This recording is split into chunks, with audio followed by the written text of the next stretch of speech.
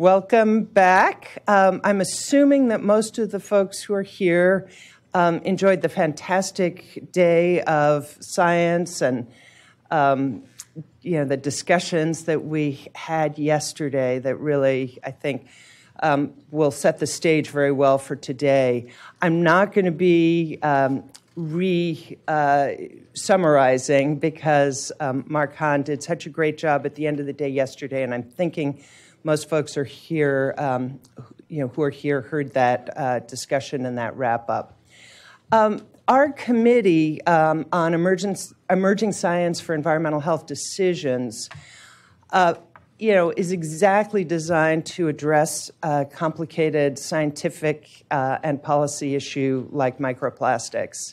And we heard yesterday about the emerging science, the science gaps, the many, many things we still need to learn. Today, we're going to be pivoting to focus more on the decisions piece. There are a lot of decisions, both scientific decisions and policy decisions, that remain to be made on microplastics. And so for today, we're going to jump into many of those issues, and we're going to have two great panels this morning. And so without any further ado, where's Anil? Oh, there you are. I would like to introduce my fellow Planning Committee member, Anil Patri, who from FDA, who will be, Patri, sorry, I mispronounced your name, who will be moderating this morning's panel. Thanks. Thank you, Gina. Thank you, Gina. Good morning. As Gina mentioned, we have two panels in the morning today. The first panel, we go to that, so we have it here. Can you please advance the slide? Yes. So the session this morning is on reducing microplastics in the environment. And my name is Anil Patri. I'm from FDA and also a member of the Planning Committee. We certainly have an interest at FDA on this topic.